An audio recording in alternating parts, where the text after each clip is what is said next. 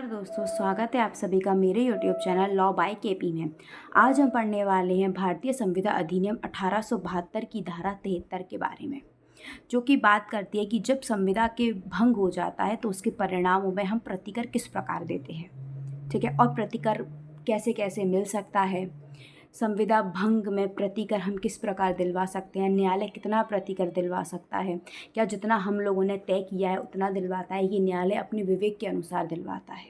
ये सब बात हम करते हैं धारा 73 में। भारतीय संविदा अधिनियम की धारा 73 जुडिशरी में मेंस के पर्पस से बहुत ही ज़्यादा महत्वपूर्ण है। मेंस के पर्पस से ये धारा सेपरेट एक सवाल बनाती है। आप बात करें कि केवल आप डायरेक्ट से इसे लिख दें तो आपको मेंस का आंसर के लिए पर्याप्त लेंथ नहीं है, क्योंकि ये सिर्फ कितना है, ज़्यादा से ज़्यादा आप एक पेज में लिख देंगे। इसलिए हमें इसे कमेंट्री बुक से यूज़ करना पड़ता है। कैसे? जैसे कि इसके प्रकार, ठीक है, हानि कितने प्रकार की होती है, प्रतिकर कितने प्रकार से दिया जाता है, ये सब हम धारा 73 में मेंशन करते हैं, तो एक मेंस का आंसर फ्रेम हो जाता है। कुछ हम इम्पोर्टेंट केस लॉ भी लिखते हैं, ठीक है। धारा 73 प्री के पर्पज से भी बहुत महत्वपूर्ण है। और आपका कोई भी लॉ कॉम्पिटिटिव एग्ज़ाम की आप तैयारी कर रहे हैं और उसमें आपका भारतीय संविदा अधिनियम आपका सिलेबस में है, तो आप धारा 73 को बहुत अच्छे से पढ़ना, क्योंकि ये प्रतिकर के बारे में बताती है। किस प्रतिकर के बारे में? जब आपने संविदा भंग कर दी है, जब आपने ब्रीच ऑफ कॉन्ट्रैक्ट किया है। आप जानते हैं कि जब आप ब्रीच ऑफ कॉन्ट्रैक्ट करते हैं तो आपके पास कितनी रेमेडी होती हैं? आपके पास मोस्ट ऑफ 2 रेमेडी होती है। कौन कौन सी 2 रेमेडी होते हैं? या तो आप उसके बदले कंपनसेशन ले लें, या फिर आप उसका क्या कराएं, परफॉर्मेंस कराएं। परफॉर्मेंस की बात होती है तो परफॉर्मेंस में ये देखा जाता है, परफॉर्मेंस तब कराया जाता है जब कोई संविदा ऐसी है कि उसे कंपनसेट ही नहीं किया जा सकता।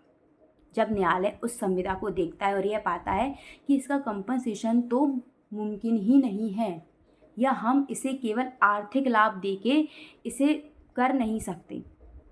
बहुत सी ऐसी चीज़ें होती हैं जिनका केवल संविदा का पालन ही कराया जा सकता है। हम उन्हें कंपनसेशन या उन्हें आर्थिक तौर पर उनका मूल्य नहीं आंक सकते, तो उसमें क्या होता है, हम संविदा का पालन कराने की मांग करते हैं, या हम संविदा का क्या करते हैं, प्रतिकर ले सकते हैं, ठीक है। जब प्रतिकर की बात होती है तो हम धारा 73 पढ़ते हैं, और जब पालन की बात होती है तो हम उसे एसआरए में पढ़ते हैं। जब हमें पालन कराना होता है तो हम एसआरए में जाते हैं, जो हमें प्रतिकर चाहिए होता है तो हम भारतीय संविदा अधिनियम की धारा 73 के बारे में बात करते हैं, ठीक है। अब हम देखेंगे कि इसे प्री और मेंस के पर्पस से कैसे कैसे समझना है। तो वीडियो को बिना कुछ भी देरी क्यों में पूरा देखना है, बिल्कुल भी स्किप नहीं करना है, ठीक है। चलिए, धारा 73 संविदा भंग से कारित हानि या नुकसान के लिए प्रतिकर।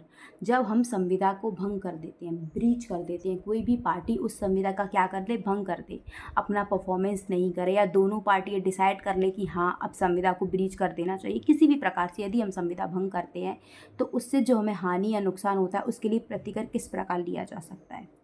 जबकि कोई संविदा भंग कर दी गई है, जबकि कोई संविदा क्या कर दी गई है, भंग कर दी गई है, तब वह पक्षकार जो ऐसे भंग से क्षति उठाता है, मतलब जिसे ऐसी हानि होती है, समझ रहे हैं। कोई भी 2 पार्टीज़ हैं, एक पार्टीज़ मना कर दे कि नहीं मैं अपना परफॉर्मेंस नहीं कर सकता, तो संविदा क्या हो जाएगी, भंग हो जाएगी, संविदा का ब्रीच ऑफ कॉन्ट्रैक्ट हो जाएगा। अब ब्रीच ऑफ कॉन्ट्रैक्ट होने से ज़्यादातर एक पार्टी को हानि होती है, क्योंकि जो ब्रीच कर रहा है हो सकता है उसे भी हानि हो, और हो सकता है जो ब्रीच नहीं कर रहा है उसे भी हानि हो। तो इसमें सीधा सीधा लिखा गया है कि जब संविदा को भंग कर दिया जाता है तब वह पक्षकार जो ऐसे भंग से क्षति उठाता है, उस पक्षकार से जिसने संविदा भंग की है, क्या किया, जिसने संविदा का क्या किया है, भंग किया है, उससे क्या कर सकता है, अपने को तत् द्वारा कारित किसी ऐसी हानि या नुकसान के लिए प्रतिकर पाने का हकदार है। वह क्या है, प्रतिकर पाने का हकदार है। क्यों हकदार है? क्योंकि आपने संविदा भंग की, आप दोनों में कॉन्ट्रैक्ट हुआ, आपने संविदा भंग की, उस व्यक्ति को कुछ नुकसान हुआ, तो वो आपसे क्या पा सकता है, प्रतिकर पा सकता है, जिसने ऐसी संविदा भंग किया, जिसके द्वारा ऐसी संविदा का क्या हुआ, भंग हुआ, ठीक है। जो ऐसी घटना के प्रायिक अनुक्रम में प्रकृत्या ऐसे भंग से उद्भूत हुआ है, जो आपको पता है, एक पता होता है ना चीज़ हमें स्टार्टिंग से कि यदि ये संविदा का भंग होता है तो आपको इतने की हानि होगी, जो एक नेचुरली जनरली डैमेज है वो आप ले सकते हैं, ठीक है। या जिसका संविदा के पक्षकारों को पता था कि यदि मैं संविदा को भंग करूंगा तो उस व्यक्ति को इतना नुकसान होगा। हो सकता है ना कि आपने किसी पर्सन से कॉन्ट्रैक्ट किया, वो पर्सन ने थर्ड पर्सन से कॉन्ट्रैक्ट किया, वो आपको बता के चल रहा है कि देखो आप जो मुझे सामान भेजने वाले हो ना, मैंने उसका कॉन्ट्रैक्ट एक जगह और करके रखा है, तो अगर आप ये कॉन्ट्रैक्ट मुझे या इस संविदा का पालन नहीं करोगे तो मुझे इतनी हानि हो जाएगी। आपको पता था कि अगर मैं इसका पालन नहीं करूँगा तो इतनी इसको हानि होगी। उस समय आप जानते थे, पक्षकार क्या थे उस समय जानते थे जब उन्होंने संविदा की थी कि इस प्रकार की भी इसे हानि हो सकती है। तो ये क्या होता है, ये होते हैं स्पेसिफिक डैमेज, जो हमें पता था कि ये विशेष प्रकार के डैमेज होते हैं, तो उसमें भी आप प्रतिकर ले सकते हो। ठीक है, अब इसमें एक दिया जाता है, ऐसा प्रतिकर उस भंग के कारण उठाई गई किसी दूरस्थ और परोक्ष हानि या नुकसान के लिए नहीं दिया जाना है। दूरस्थ या रिमोट और इनडायरेक्ट लॉस क्या होते हैं? ठीक है, रिमोट और इनडायरेक्ट लॉस क्या होते हैं? ये होते हैं जो कि दूर के लॉस होते हैं। दूर के लॉस होते हैं जैसे कि अभी मैंने आपको जस्ट एक एग्जांपल दिया। ए बी ने कॉन्ट्रैक्ट किया कि आप मुझे 10 किलो रुई देना, बदले में मैं आपको 1000 रुपये दूंगा। ठीक है, बी ने ये नहीं बताया कि एक्चुअली आप जो मुझे 10 किलो रुई देंगे ना ए, उसे मैं सी पर्सन को बेचूंगा, वो इस रुई को 10,000 रुपये में खरीदेगा, और ए अपना वचन का पालन नहीं करता, उसे रुई नहीं देता, तो वो केवल 1000 रुपये ही ले सकता, इससे ज़्यादा नहीं, क्योंकि उसको पता नहीं था। आप किसी थर्ड पार्टी से कॉन्ट्रैक्ट कर लो, उसको क्या पता, वो तो यही सोचेगा देखो अगर भंग होता है तो नॉर्मली मुझे आपको 1000 रुपये देने हैं। बट यदि उसे पता था कि आपने थर्ड पर्सन से भी कॉन्ट्रैक्ट करके रखा हुआ है तो फिर वो स्पेसिफिक डैमेजेस में चला जाएगा। मतलब सीधी बात है, एक होता है जनरल डैमेजेस जो आपको नॉर्मली पता है कि यदि मैंने ऐसा नहीं किया तो सामने वाले व्यक्ति को इतनी हानि होगी। एक होते हैं स्पेसिफिक डैमेजेस जो हमें पता होता है कि इससे इतनी और ज़्यादा हानि भी हो सकती है। ठीक है, एक होते हैं रिमोट डैमेजेस या इनडायरेक्ट लॉस, जो हमें पता नहीं होता है, वो दूर के होते हैं। ठीक है, तो उनके लिए हमको नहीं दिया जाता है। ठीक है, कोर्ट में कैसे मिलते हैं? डायरेक्ट लॉस मिलते हैं। कोर्ट कभी भी इनडायरेक्ट लॉस या रिमोट लॉस आपको प्रोवाइड नहीं कराता। कोर्ट में आपको क्या मिलता है? कॉन्ट्रैक्ट में यदि आप जाएंगे ना तो आपको केवल डायरेक्ट लॉस ही मिल पाएंगे, जो सामने वाले पार्टी को पता था जिसने ब्रीच किया है, या आपके कॉन्ट्रैक्ट में मेंशन था कि देखिए यदि आप मुझे इतना नहीं देंगे तो मुझे इतने का लॉस हो जाएगा, या मैंने किसी और पर्सन से भी कॉन्ट्रैक्ट करके रखा हुआ है। ठीक है, इतना समझ में आया कि आप जनरल डैमेजेस क्या होता है, स्पेसिफिक डैमेजेस क्या होते हैं, और क्या होते हैं रिमोट डैमेजेस क्या होते हैं। कोर्ट हमेशा डायरेक्ट लॉस ही दिलाता है। डायरेक्ट लॉस कौन कौन से होते हैं? जनरल डैमेजेस और स्पेसिफिक डैमेजेस डायरेक्ट लॉस में आते हैं। इनडायरेक्ट लॉस क्या होते हैं? इनडायरेक्ट लॉस ऐसे लॉस होते हैं जो स्पेसिफिक डैमेज हो रहा है सामने वाले पर्सन को पता नहीं है। सामने वाले पर्सन को सिर्फ जनरल डैमेजेस का ही पता है। उसे क्या पता है, एक सामान्य जो हानि हो रही है सिर्फ उसको उसके बारे में ही पता है। उसको ये नहीं पता है कि यदि मैंने ऐसा नहीं किया तो सामने वाले को विशेष हानि हो जाएगी, तो वो इनडायरेक्ट लॉस में चला जाता है। जैसे ए को नहीं पता था कि यदि मैं बी को रुई नहीं भेजूंगा तो वो सी से कॉन्ट्रैक्ट करके बैठा है, उसको बहुत नुकसान हो जाएगा, ए इसके लिए लायबल नहीं है। बट यदि ए को पता था कि यदि मैं बी को नहीं बेचता हूँ तो बी को बहुत ज़्यादा हानि होगी, उसने सी से भी करके रखा है, तो उसे वो क्या होगा, देना पड़ेगा, क्योंकि उसे संविदा के समय ही ये ज्ञान था कि यदि मैं इसे नहीं दूंगा तो वो एक थर्ड पर्सन से भी करके बैठा है और उसको इतनी हानि हो जाएगी। ठीक है, और रिमोट डैमेजेस क्या होते हैं कि उसको पता नहीं था कि आप थर्ड पर्सन से भी कॉन्ट्रैक्ट करके बैठे हो, तो वो नहीं देगा। ठीक है, एक होती है आपको बताओ कि नामात्र की हानि। नामात्र मतलब छोटी मोटी हानि, वो भी कोर्ट दिलवा सकता है। तो ये सब कुछ कोर्ट डिसाइड करता है कितना डैमेजेस आपको मिलवाना है, कितना डैमेजेस आपको नहीं मिलवाना है, या ये डैमेज आपको मिलने के लायक है कि ये डैमेज मिलने के आपको लायक नहीं है। पर धारा 73 जो है वो प्रतिकर के बारे में बात करती है। इतना आपको प्री के पर्पज से पता होना चाहिए। और प्री के पर्पज से आपको क्या पता होना चाहिए कि कोर्ट जो होती है वो आपको जनरल डैमेजेस और स्पेशल डैमेजेस ही दिलवाती है, जो कि डायरेक्ट लॉस में आते हैं। कोर्ट आपको इनडायरेक्ट लॉस प्रोवाइड नहीं करती है। ठीक है, एक होते हैं डैमेजेस लिक्विडेटेड, एक होते हैं अनलिक्विडेटेड। लिक्विडेटेड यानी उपनिर्धारित, एक होते हैं अउपनिर्धारित। उपनिर्धारित जहाँ पार्टी आपस में क्या कर लेती हैं, डिसाइड कर लेती है कि देखो जब हानि होगी ना, यदि आप ये कॉन्ट्रैक्ट परफॉर्म नहीं करते हो तो आपको मुझे 10 लाख रुपए देने पड़ेंगे डैमेजेस के रूप में। यहाँ क्या किया है पार्टीज ने, आप पहले से ही डिसाइड कर लिया है कि यदि आप मुझे कॉन्ट्रैक्ट परफॉर्म नहीं करोगे तो आपको मुझे 10 लाख रुपए देने पड़ेंगे। बट इसका ये मतलब नहीं है कि यदि आपने सच में कॉन्ट्रैक्ट परफॉर्म नहीं किया तो आप 10 लाख ही ले लोगे, नहीं, यहाँ पर भी कोर्ट ही डिसाइड करेगा। बट अब कोर्ट क्या डिसाइड करेगा, कोर्ट 10 लाख से ऊपर नहीं जा पाएगा, क्योंकि आपने क्या फिक्स कर लिया है। हो सकता है वो आपको बोल दे आप इसको 8 लाख दे दो, 7 लाख दे दो, 5 लाख दे दो, पर वो 10 से ऊपर नहीं जा पाएगा। और एक होते हैं अनलिक्विडेड डैमेजेस, जहाँ पार्टी ने डिसाइड ही नहीं किया कि यदि हम ब्रीच ऑफ कॉन्ट्रैक्ट होता है तो आप मुझे इतने डैमेजेस या इतना मुझे लॉस प्रोवाइड करेंगे। वहाँ फिर कोर्ट पूरा ही डिसाइड करता है कि आपको कितने रुपये दिए जाने चाहिए और कितने नहीं। लिक्विडेड डैमेजेस में क्या होता है, कोर्ट आप खुद डिसाइड कर लेते हो, फिर उसके लिमिट के अंदर ही कोर्ट आपको प्रोवाइड कर देता है। उतना ही करेगा ये ज़रूरी नहीं है, कर भी सकता है, हाँ, दे भी सकता है। आपने बोला है कि कॉन्ट्रैक्ट परफॉर्म नहीं होगा तो आप मुझे 2 लाख रुपए दोगे, तो 2 लाख दिलवा भी सकता है अगर उसको सही लगे तो। उसका डिस्क्रिप्शन पावर है, उसके विवेक के ऊपर है। ठीक है, चलिए अब बात होती है क्वेसी कॉन्ट्रैक्ट। क्वेसी कॉन्ट्रैक्ट, इसमें जो सेकंड आपका पैरा दिया गया है ना, संविदा द्वारा सृजित बाध्यताओं के सदृश बाध्यता का निर्वहन करने में असफल रहने पर प्रतिकर। जो आपके क्वेसी कॉन्ट्रैक्ट होते हैं, ठीक है, जो अपने आप बन जाते हैं, जो ना बाय लॉ उनका निर्माण किया जाता है, यदि आप उसमें आपने किसी व्यक्ति से लाभ ले लिया जब आप इनकैपेबल थे या आप में इतना सामर्थ्य नहीं था, उसने आपकी मदद की, जब बारी आई उसको देने की, क्या देने की, प्रतिपूर्ति, जब आप उस समय देंगे तो वो प्रतिपूर्ति होगा, क्या होगा, रिम्यूनरेशन होगा, क्या होगा, रिम्यूनरेशन, प्रतिकर नहीं होगा उस समय। पर जब आप उसे प्रतिपूर्ति नहीं दे पाते हैं तो फिर आपको उसे क्या देना पड़ेगा, नाउ आप उसे प्रतिकर देना पड़ेगा। नाउ अब जो आप उसे रुपए देंगे वो एज आ प्रतिकर कंपनसेशन ट्रीट कहलाएगा। ठीक है, इसे हम एग्जाम्पल के थ्रू कैसे समझ सकते हैं, इसे एक एग्जाम्पल से हम ऐसे ले सकते हैं कि एक पर्सन है जो बहुत ज़्यादा बीमार है, ठीक है, उसके पास बहुत करोड़ों की संपत्ति है, बट उसके पास कोई ऐसा व्यक्ति नहीं है जो आए और उसे हॉस्पिटल ले जाए, उसकी देखभाल करे, ऐसा कोई नहीं है। एक पर्सन भी आता है, वो सोचता है चलो मैं इसकी मदद कर देता हूँ, और उसका बिल्कुल भी ऐसा उद्देश्य नहीं रहता कि वो उसका फ्री में करना चाहता है, चैरिटी करना चाहता है, नहीं। तो इनके बीच क्या कोई कॉन्ट्रैक्ट हुआ, एक्सप्रेसली कोई कॉन्ट्रैक्ट हुआ कि देखिए आप मेरी मदद कीजिए, मैं आपको बदले में इतना दूंगा, कुछ भी नहीं हुआ। बट ये बाय लॉ एक चीज़ हो गई, एक संविदा बन गई, बाय लॉ एक कॉन्ट्रैक्ट का क्या हो गया, निर्माण हो गया, एक कॉन्ट्रैक्ट क्रिएट हो गया। ठीक है, इस पर लाइबिलिटी आ गई कि आपने इससे लाभ उठाया बी से, तो नाउ अब आपको एक ही कुछ संपत्ति, जो भी एक के पास संपत्ति है, वो उसे उस संपत्ति में से प्रतिपूर्ति देगा। क्या देगा, प्रतिपूर्ति। ये धारा 68 में आपको बताया गया है, क्या देगा, प्रतिपूर्ति, रिम्यूनरेशन देगा। ठीक है, एक प्रकार का आपको क्या देगा, आपने जो किया है उसके लिए आपको पारिश्रमिक देगा, प्रतिपूर्ति देगा।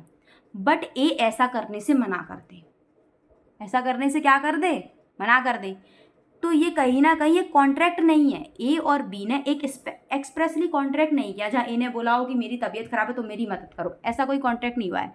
बट ये क्या हुआ है, एक कॉन्ट्रैक्ट का निर्माण हुआ है बाय लॉ। क्या हुआ है, बाय लॉ एक कॉन्ट्रैक्ट का निर्माण हुआ है। ठीक है, बाय लॉ एक कॉन्ट्रैक्ट का निर्माण हुआ है, तो कहीं ना कहीं ये कॉन्ट्रैक्ट ही बन गया है। कॉन्ट्रैक्ट कैसा बन गया है, जहाँ ए को बी को कुछ प्रतिपूर्ति देनी पड़ेगी। अब ए ऐसा काम नहीं करता है, तो ये कहीं ना कहीं ए ने क्या किया, ब्रीच ऑफ कॉन्ट्रैक्ट तो किया। अब आप बोलेंगे ब्रीच ऑफ कॉन्ट्रैक्ट कैसे हुआ, जब कॉन्ट्रैक्ट था ही नहीं, कॉन्ट्रैक्ट नहीं था, ये क्वेसी कॉन्ट्रैक्ट था। Quasi contract is also a contract. Quasi contract क्या है, एक कॉन्ट्रैक्ट है। इस कॉन्ट्रैक्ट में बाय लॉ क्या कहता है कि यदि कोई व्यक्ति आपसे कोई मदद करता है आपकी एक ऐसी स्थितियों में जब आप क्या नहीं थे, अपनी आवश्यकताओं को पूर्ति करने के लिए आप समर्थ नहीं थे, आप में इतना सामर्थ्य नहीं था, और उस व्यक्ति ने आपकी मदद की, तो आप उसे प्रतिपूर्ति देंगे अपनी संपत्ति में से। ये आपका एक कॉन्ट्रैक्ट बाय लॉ क्रिएट हो जाता है। फिर आप उसका क्या नहीं करते, पालन नहीं करते। तो अब बी जो है ना, वो धारा 73 का प्रयोग कर सकता है और बोल सकता है कि मैंने इनकी मदद की और हमारा एक संविदा सृजित हो गई विधि के द्वारा, इन्हें मुझे प्रतिपूर्ति देनी थी, ये मुझे प्रतिपूर्ति नहीं दे रहे हैं, मैं न्यायालय से चाहता हूँ कि मुझे अब प्रतिकर दिलाया जाए। तो ये धारा 73 में आ जाएगा। ठीक है, आई होप आपको समझ में आया होगा। तो ऐसे करके धारा 73 में आ जाएगा। तो धारा 73 क्या कहती है, इसका सेकंड पैरा क्या कहता है, जबकि कोई बाध्यता जो संविदा द्वारा सृजित बाध्यताओं के सदृश्य हो। कैसी हो, जब कोई लाइबिलिटी कैसी हो, जो बाय लॉ यानी कॉन्ट्रैक्ट के द्वारा क्या की गई हो, इम्पोज की गई हो, ठीक है, उपगत कर ली गई है और उसका निर्वहन नहीं किया गया है, तब कोई भी व्यक्ति जिसे उसके निर्वहन में असफलता से क्षति हुई है, आपने लाभ तो ले लिया, आपने उसने आपकी मदद की हॉस्पिटल ले जाने में आने में, तब तो आपने लाभ ले लिया, लेकिन अब आप उसका निर्वहन नहीं कर रहे हो, अब आप उसे प्रतिपूर्ति नहीं कर रहे हो, उसको क्या नहीं दे रहे हो, एक प्रकार का पारिश्रमिक नहीं दे रहे हो। तो फिर आपने क्या किया, ब्रीच ऑफ कॉन्ट्रैक्ट किया। ब्रीच ऑफ कॉन्ट्रैक्ट से उसे जो हानि हुई वो उसके लिए धारा 73 के ये पैरा 2 में बात कर सकता है। ठीक है, उसे राइट है ये करने का। व्यतिक्रम करने वाले पक्षकार से वह प्रतिकर पाने का हकदार है, मानो ऐसे व्यक्ति ने उस बाध्यता का निर्वहन करने की संविदा की थी। ये माना जाता है, ये क्या होता है, ये एक इम्प्लाइड कॉन्ट्रैक्ट हो जाता है, जहाँ ये माना जाता है कि ए ने बोल दिया है, भले ये ने बोला नहीं पर ए ने बोल दिया है, जैसे ही उसने उसकी हेल्प स्वीकार की, ऐसा मान लिया जाता है कि ए ने बोल दिया कि अब मैं आपको अपनी संपत्ति में से कुछ प्रतिपूर्ति दूंगा, ये मान लिया जाता है, बाय लॉ इसका क्रिएशन हो जाता है। ये क्वेसी कॉन्ट्रैक्ट एक कॉन्ट्रैक्ट ही तो है, अब आपने उसे प्रतिपूर्ति नहीं दी तो आपने ब्रीच ऑफ कॉन्ट्रैक्ट किया ना, वो 73 में एलिजिबल है अपना सूट फाइल करने के लिए, प्रतिकर मांगने के लिए। ठीक है, चलिए अब इसका स्पष्टीकरण पढ़ते हैं। किसी संविदा भंग से उद्भूत हानि या नुकसान का प्राकलन करने में उन साधनों को दृष्टि में रखना होगा जो संविदा के अपालन में हुई उस असुविधा का उपचार करने के लिए वर्तमान थे। क्या करना होगा, हमें सारे उन साधनों का यूज़ करना होगा जिनमें आप उनमें प्रतिकर दे सकते थे। ठीक है, आपकी जो संपत्ति है हम उसको यूज़ में लेंगे। ठीक है, तो इसमें क्या आपका एक्सप्लेनेशन कहता है, किसी संविदा भंग से उद्भूत हानि या नुकसान का प्राकलन। हमें ये देखना है कि आपको कितनी हानि हुई है, कितनी नुकसान हुई है, तो उसके लिए हमको क्या देखना पड़ेगा, उसके लिए हमको ये देखना पड़ेगा कि आपने कॉन्ट्रैक्ट किस प्रकार का किया था, आपको सच में हानि कितनी हुई है, आपकी कॉन्ट्रैक्ट में आपने क्या किया था कि आप 10 किलो रुई दे रहे हो बदले में 1000 रुपये ले रहे हो, तो आपको कितनी मार्केट वैल्यू से हानि हो गई, ये सब हम देखेंगे। तो जो भी हमें साधन का यूज़ होगा वो सारे हम साधनों का यूज़ कर सकेंगे। ठीक है, चलिए अब हम इसके क्या कर सकते हैं, हम इलस्ट्रेशन से इसको बिल्कुल पढ़ सकते हैं कि क्या है क्या नहीं है। का संविदा करता है कि वह अमुक कीमत पर खा को 50 मन शौरा बेचेगा। का कर रहा है कॉन्ट्रैक्ट कि मैं एक सर्टेन प्राइस पे बी को ये बेच दूंगा और परिदत्त भी कर दूंगा, मतलब डिलीवर भी कर दूंगा। ठीक है, और कीमत उसके परिधान पर संदिग्ध की जाएगी। ठीक है, वो फॉर एग्जाम्पल मान लेते हैं कि ए ने बोला मैं आपको 20,000 रुपये में 50 मन शौरा बेच दूंगा और डिलीवर कर दूंगा, और जब मैं आपको देने आऊँगा ना उस समय पे ही आप मुझे डिलीवरी के टाइम पर ही क्या कर देना, पेमेंट कर देना, मतलब कैश ऑन डिलीवरी कर ली उन लोगों ने पहले से ही। ठीक है, उन्होंने बोला कि जब मैं आपको डिलीवर करूँगा तब आप मुझे पेमेंट कर देना। ठीक है, का अपने वचन को भंग कर देता है, वो देने ही नहीं आता, तो अब क्या बी उसे पेमेंट करेगा, बी पेमेंट भी नहीं करेगा। हो सकता है बी को कुछ हानि हो गई हो, आप लोगों ने किया, बी को कुछ हानि हुई, तो बी उसके लिए कंपनसेशन ले सकता है। ठीक है, तो खा प्रतिकर के रूप में का से उतनी राशि यदि कोई हो पाने का हकदार है जितने से संविदा वाली कीमत उस कीमत से कम है जितने पर खा वैसी क्वालिटी के 50। फॉर एग्जाम्पल हम मान के चलते हैं कि ए ने बी को बोला कि आप 10,000 रुपये में मैं आपको 50 मन शौरा बेचूंगा, ऐसा मान के चल लेते हैं। ठीक है, बी ने बोला ओके, ए ने बोला जब मैं आपको डिलीवरी करने आऊँगा तब आप मुझे रुपए दे देना 10,000। बी ने बोला ओके, ए अपना ब्रीच ऑफ कॉन्ट्रैक्ट कर देता है। अब क्योंकि बी को तो ज़रूरत थी 50 मन शौरा की, तो 50 मन शौरा क्या करता है, वो 50 मन शौरा मार्केट में जाता है और मार्केट में उसको 13,000 का लाना पड़ता है। अब आप देखें कि घाटा उसको कितने का हुआ, ए उसको 13,000 रुपये देगा कि सिर्फ 3,000, क्योंकि 10,000 में दोनों की बात हुई थी। यदि 50 मन शौरा ए भी देता तो 10,000 तो बी उसको देता ही ना। बी ने सिर्फ कितने एक्स्ट्रा दिए, 3,000, तो बस उसे 3,000 ले सकता है। ठीक है, ये हो गया हमारे जनरल डैमेजेस। एक होते हैं हमारे स्पेसिफिक डैमेजेस। स्पेसिफिक डैमेजेस क्या होते हैं कि बी ने पहले से बता के रखा था ए को कि देखो ये आप मुझे 10,000 रुपये में चीज़ दे रहे हो ना, ये मैं आगे चल के 20,000 में बेचूंगा, तो अब उसे फिर 10,000 और देने पड़ेंगे ए को, क्योंकि उसे पता था कि स्पेसिफिक डैमेजेस 10,000 में तो तुम ही दे रहे थे मुझसे ना, अब तुम्हें 10,000 का और एक्स्ट्रा हो गया। ठीक है, तुम उस सामने वाले को क्या नहीं दे पाए, 20,000 में तुमको 10,000 का मुनाफा हो रहा था ना, वही मैं तुमको दे देता हूँ। समझ में आ गया, ऐसे स्पेसिफिक डैमेजेस होते हैं। ये सब फिर कोर्ट डिसाइड करता है कि आपको कितनी हानि हुई कितनी नहीं हुई है। इसमें सिर्फ 73 में तो बताया गया है कि general damages, specific damages, at the end तो कोर्ट ही डिसाइड करता है कि सच में आपको 10 मिलने चाहिए कि 13 मिलने चाहिए कि 20 मिलने चाहिए। ये सब होता है, दोनों पक्षकार अपनी अपनी बातचीत रखते हैं, फिर कोर्ट डिसाइड करता है कि आपको कितना मिलना चाहिए कितना नहीं, क्या इतने सच में आप लायबल हो कि नहीं हो, क्या सच में आप दोनों के बीच क्वासी कॉन्ट्रैक्ट हुआ है, क्या सच में वो आपसे आपकी संपत्ति में से प्रतिपूर्ति पाने का हकदार था। ये सब फिर कोर्ट डिसाइड करता है। ठीक है, तो आप 73 के ना आई होप पूरे इलस्ट्रेशन ज़रूर पढ़ लीजिएगा। आप इलस्ट्रेशन पढ़ेंगे ना तो आपको पूरा समझ में आ जाएगा। ठीक है, इसके इलस्ट्रेशन बहुत ज़्यादा इंपॉर्टेंट है, बहुत ज़्यादा। ठीक है, एक इसका इलस्ट्रेशन, ये वाला इलस्ट्रेशन ज़रूर पढ़ लीजिएगा, इलस्ट्रेशन पी ज़रूर पढ़ लीजिएगा कि का जो होता है ना वो रुई की 50 गांठें खा को बेचने की एक नियत दिन पर ये करता है। ये पता है, ये लैंडले वर्सेस बैक्सेंडेल का केस था 1854 का। ठीक है, हैंडले वर्सेस बैक्सेंडेल का केस था ये केस बहुत पूछा जाता है। ये स्पेसिफिक डैमेज से रिलेटेड केस तो है, इसमें स्पेसिफिक डैमेजेस हुआ था। स्पेसिफिक डैमेजेस मैं आपको बता चुकी हूँ क्या होते हैं। स्पेसिफिक डैमेजेस में जहाँ एक पार्टी को पता होता है या दूसरी पार्टी बता के चलती है पहले से कि देखिए यदि आप इस संविदा का पालन नहीं करेंगे ना तो मुझे बहुत हानि हो जाएगी।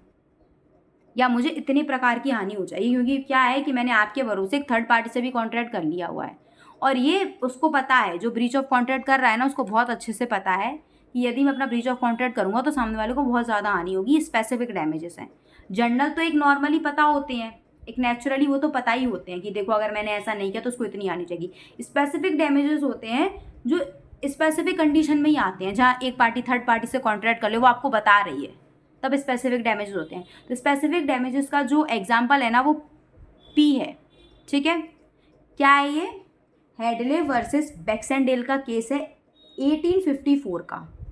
ये जो आपको कहानी बताई गई है ना, ये कहानी किस पे आधारित है, आपको इलस्ट्रेशन बताया गया ना, वो हेडले वर्सेस बैक्सेंडेल का केस है, ठीक है, 1854 का। तो आप पढ़ लीजिएगा, ये आपसे प्री में बहुत पूछा जाता है। प्री में आपसे पता है क्या पूछा जाता है कि भारतीय संविदा अधिनियम 1872 की धारा 73 में एक विशेष नुकसानी के बारे से संबंधित वाद क्या है, और आपको यही एग्जांपल दिया जाएगा, हेडले वर्सेस बैक्सेंडेल, और 2-3 केस लॉ और दे दिए जाएंगे आपको, कार्बोलिक वर्सेस ये, या ये वर्सेस ये, ए वर्सेस बी। तो आप उसमें हेडले वर्सेस यही वाला करके आइएगा, क्योंकि ये क्या है, विशेष नुकसानी से संबंधित बात है धारा 73 में, ठीक है। चलिए अब मैं आपको बता देती हूँ आपको मेंस में कैसे लिखना है। प्री के लिए आपको समझ में आ गया, धारा 73 प्रतिकर से संबंधित है। इसमें 2 प्रकार के नुकसान है। कैसे प्रकार? डायरेक्ट और इनडायरेक्ट लॉस। डायरेक्ट लॉस में जनरल और स्पेसिफिक दोनों आते हैं, इनडायरेक्ट में सिर्फ रिमोट लॉस आता है। कोर्ट डिसाइड करती है कैसे मिलना है क्या नहीं। क्वासी कॉन्ट्रैक्ट में ही प्रतिकर दिलवाया जा सकता है, बिल्कुल दिलवाया जा सकता है, ठीक है। अब बात आती है, इसमें एक पूछा जाएगा आपसे कि धारा 73 में विशेष नुकसानी से संबंधित बात कौन सा है, तो आप बता देंगे हेडले वर्सेस बैक्सेंडेल का मामला है, ठीक है। आपका जो इलस्ट्रेशन पी है वो उसके ऊपर संबंधित कहानी में उसमें बताया गया है, ठीक है। अब आप बात करें इसे मीन्स में कैसे लिखना है। सबसे पहले आप मीन्स में लिखेंगे संविदा भंग क्या होता है। संविदा भंग क्या होता है? संविदा भंग संविदा उन्मोचन का एक तरीका है। अगर आप संविदा भंग कर देंगे तो आप क्या हो जाएंगे, कॉन्ट्रैक्ट से डिस्चार्ज हो जाएंगे। तो ये एक तरीका है जिसका अर्थ क्या होता है, संविदा के अंतर्गत एक पक्षकार अपने प्रतिज्ञा का पालन करने से पूर्णतः या पार्शियली, होल या पार्शियली मना कर देता है कि अब मैं अपने संविदा का पालन नहीं कर पाऊंगा, ठीक है। तो फिर जो पक्षकार को हानि होती है ना वो प्रतिकर लेने के लिए दायी हो जाता है। उसके पास कौन कौन से ऑप्शन होते हैं, या तो वो प्रतिकर ले सकता है या पालन करवा सकता है। चलिए फिर आप इनको भी डिफाइन कर दीजिएगा, ठीक है, कि प्रतिकर किसमें मांगा जाता है। प्रतिकर मांगा जाता है भारतीय संविदा अधिनियम की धारा 73 में, और पालन किसमें कराया जाता है, विनिर्दिष्ट पालन। विनिर्दिष्ट पालन कराया जाता है आपका स्पेसिफिक रिलीफ एक्ट में, ठीक है। विनिर्दिष्ट पालन, स्पेसिफिक परफॉर्मेंस वहाँ कराई जाती है जहाँ पता है कि आपके लिए हम कंपनसेशन देके हम आपका मुआवजा कंप्लीट नहीं कर सकते, ठीक है। जहाँ हम आर्थिक उपचार देके, जहाँ हम अगर आपको फाइनेंशियली सपोर्ट करेंगे तो वो इसके लिए पर्याप्त नहीं है। जहाँ आर्थिक उपचार क्या होता है, पर्याप्त नहीं होता, इनफ नहीं होता, कि यदि मैं आपको 10,000 20,000 या कुछ कंपनसेशन करा दूँ तो वो पर्याप्त नहीं है। उसका कैसे हो पाएगा, उसका आपको पालन ही कराना पड़ेगा। तो वहाँ क्या बोलता है, वहाँ न्यायालय बोलता है कि अब इसका पालन ही करा दो जितना हो पा रहा है उतना।